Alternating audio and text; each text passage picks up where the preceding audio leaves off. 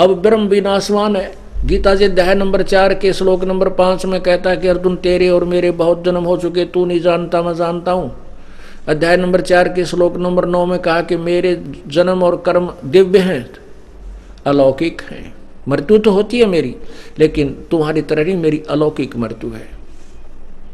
गीता जी अध्याय नंबर 2 के श्लोक 12 में कहा कि अर्जुन ये तू भी पहले था, मैं भी था, ये राजा लोग भी थे, आगे भी होंगे हम।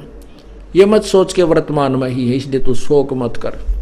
इससे भी सिद्ध हुआ कि गीता ज्ञान दाता पहले भी जन्मता रहा, आगे भी जन्मता रहेगा। ये अविनाशी नहीं है, ये ब्रह्म है। दूसरा उदाहरण है ब्रह्म अध्याय नंबर 8 के श्लोक नंबर 16 में, क्योंकि ब्रह्म के पुजारी ब्रह्मलोक चले जाते हैं और ब्रह्मलोक भी नाशवान है। ये देखिएगा गीता जी अध्याय नंबर 8 के श्लोक नंबर 16 में, हे अर्जुन ब्रह्मलोक पर्यंत यानी ब्रह्मलोक तक सब लोग पुनर्वर्ती में है, ये भी जन्म और मृत्यु में है। वहां भी जाने वाले मृत्यु को प्राप्त होते हैं, दोबारा जन्म लेते हैं, ये पुनर्वर्ती में है। इससे सिद्ध हो गया कि जन्म ब्रह्म लोक में गए हुए ब्रह्म के पुजारी भी पूर्ण मोक्ष प्राप्त नहीं हो सकते और ब्रह्म भी नाशवान है,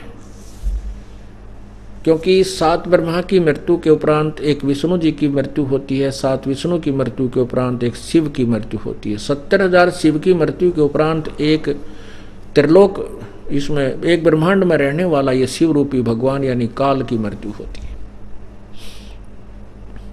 इसका शरीर छूट जाता है ऑटोमेटिक। उसके बाद ये सब प्राणी एक ब्रह्मांड में प्रलय हो जाती है और दूसरे ब्रह्मांड में ये चला जाता है। दुर्गा की भी मृत्यु होती है ऐसे ही, और फिर ये दूसरे लोक में चले जाते हैं, वहाँ नए सिरे से फिर सृष्टि रखते हैं दूसरे ब्रह्मांड में। और ये जो 70,000 त्रिगुण जो तमोगुणी शिव मरने के उपरांत एक ब्रह्म की मृत्यु हुई यानी शिव की मृत्यु हुई, ये एक युग है परब्रह्म का। ऐसे 1000 युग की परब्रह्म का दिन, इतनी ही रात्रि, 30 दिन रात का महीना और 12 महीने का एक वर्ष, 100 वर्ष की परब्रह्म की आयु है, उसकी भी मृत्यु है। अब कितनी लंबी चौड़ी इनकी आयु है। ब्रह्मा का एक दिन 1008 चतुर्युग का होता है। ब्रह्मा जी का एक दिन 1008 चतुर्युग का होता है।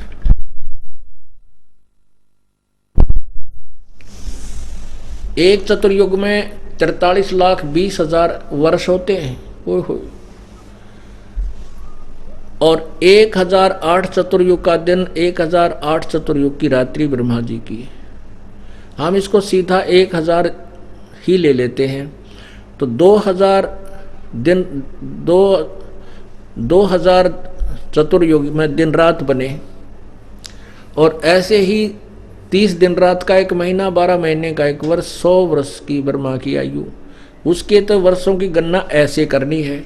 और परब्रह्म की कैसे करनी है कि 7 ब्रह्मा की मृत्यु के बाद एक विष्णु मरे, 7 विष्णु की मृत्यु के बाद एक शिव मरे, और 70,000 शिव की मृत्यु के बाद एक ब्रह्म मरे, और फिर 1000 बार ये ब्रह्म मर जाता है, तब एक महाप्रलय होती है 21 ब्रह्मांडों की। तो वो एक दिन समाप्त हो गया, एक दिन समाप्त हो गया परब्रह्म का। तो परब्रह्म का एक युग हो गया 70,000 त्रिलोकीय शिव, और एक बार ब्रह्म की मृत्यु, उसका एक युग है। ओए इतना लंबी उम्र है परब्रह्म की, और फिर भी मृत्यु होगी। तो परमात्मा कहते हैं एती उम्र बुलंद मरेगा अंतरे, क्योंकि वो सतगुर लगे ना कान न भेंटे संतरे।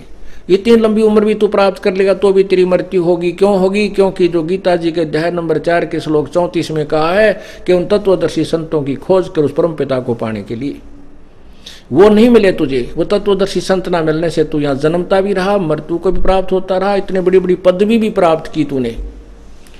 अब जो प्रसंग चल रहा था, जो प्लीज़ हमारी वीडियो को लाइक करें, शेयर करें, सब्सक्राइब करना बिल्कुल मत भूलना। Gyan tech advisor press bell icon ज़रूर दबाएं।